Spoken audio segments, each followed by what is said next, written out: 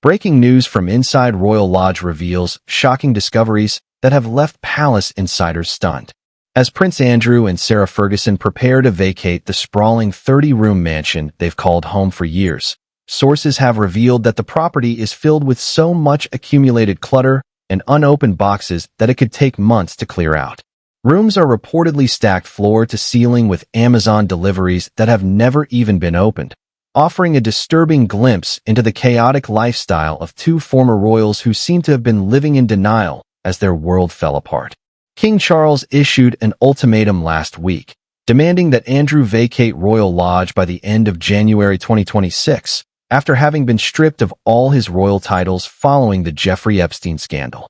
But in a shocking twist, Sarah Ferguson has announced that she won't be moving with her ex-husband.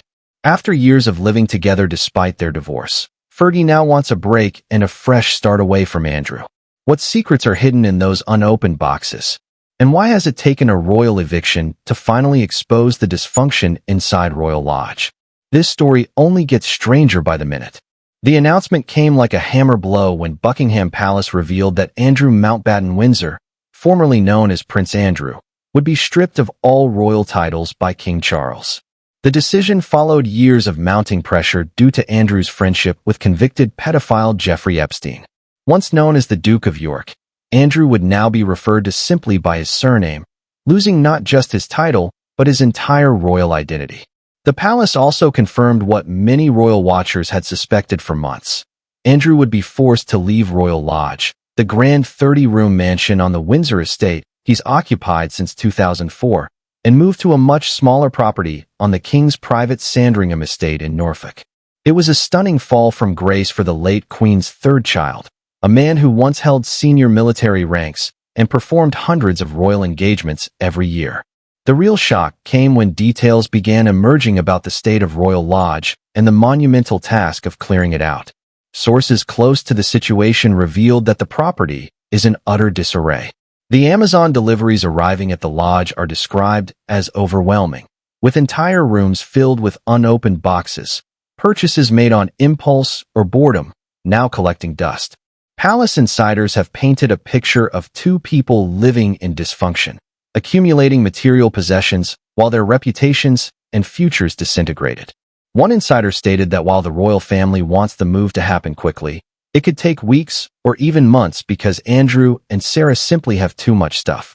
The sheer volume of unopened packages reflects years of unchecked spending and hoarding behavior that few outside their inner circle could have imagined. Royal Lodge itself is a historically significant property located in Windsor Great Park. Andrew has lived there since 2004 under a 75-year lease with the Crown Estate. When he first moved in, the property required millions in renovations, which he personally funded.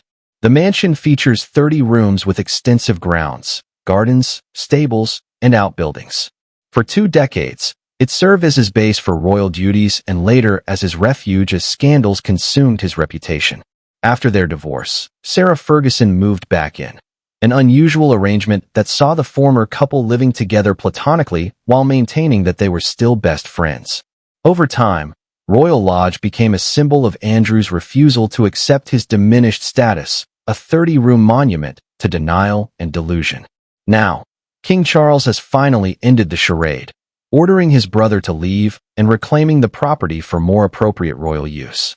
Despite living together for years and presenting a united front through multiple scandals, Sarah Ferguson has now confirmed that she will not be following Andrew to Sandringham. According to a friend, Sarah no longer wishes to live with Andrew and is seeking a break and a new beginning. This revelation has raised questions about the true nature of their relationship. Were they truly close friends sharing a home? Or was Sarah simply holding onto the last remnants of royal life?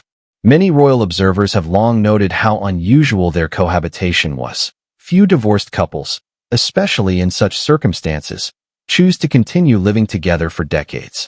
Sarah's decision to move out suggests she now recognizes how toxic her association with Andrew has become. She too has suffered reputational damage. Sarah lost her Duchess of York title when Andrew surrendered his Duke of York title. She was dropped by multiple charities due to her own links to Jeffrey Epstein, including emails where she referred to him as her supreme friend, even after his conviction.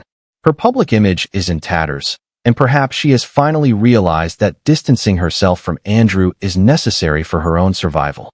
The question now is where she will go, and how she will sustain herself without the financial and social stability Royal Lodge provided.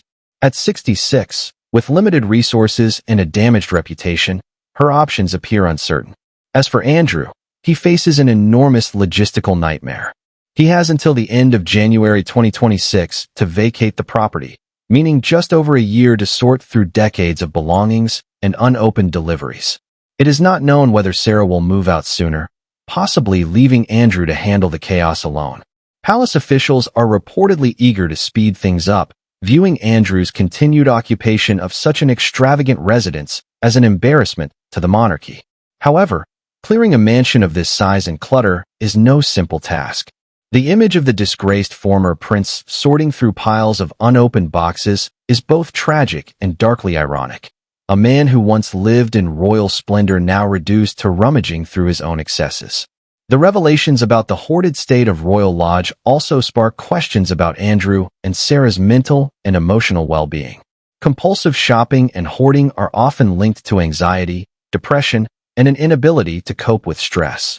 The endless Amazon deliveries suggest attempts to fill emotional voids with possessions, providing fleeting comfort amid the collapse of their public lives. For years, Andrew appeared to be in denial about the seriousness of his situation, refusing to accept that his relationship with Epstein had permanently destroyed his standing. The cluttered rooms of Royal Lodge now stand as physical proof of that denial, a fortress of objects meant to protect him from facing reality. Logistically, Andrew's move poses new problems. What happens to all the stuff? Will he hire movers? And if so, who would risk the negative publicity of being associated with him? Will he sell or donate his belongings, or send them into storage at Sandringham? And what about the valuable items, gifts and possessions accumulated during his royal life? Are they his to keep, or are some considered crown property? Each decision will likely generate new controversy and humiliation. Andrew's relocation to Sandringham is more than a simple move. It's symbolic of his final fall. It confirms that his royal life is over. King Charles, determined to protect the monarchy's integrity, has made clear that no one is above accountability.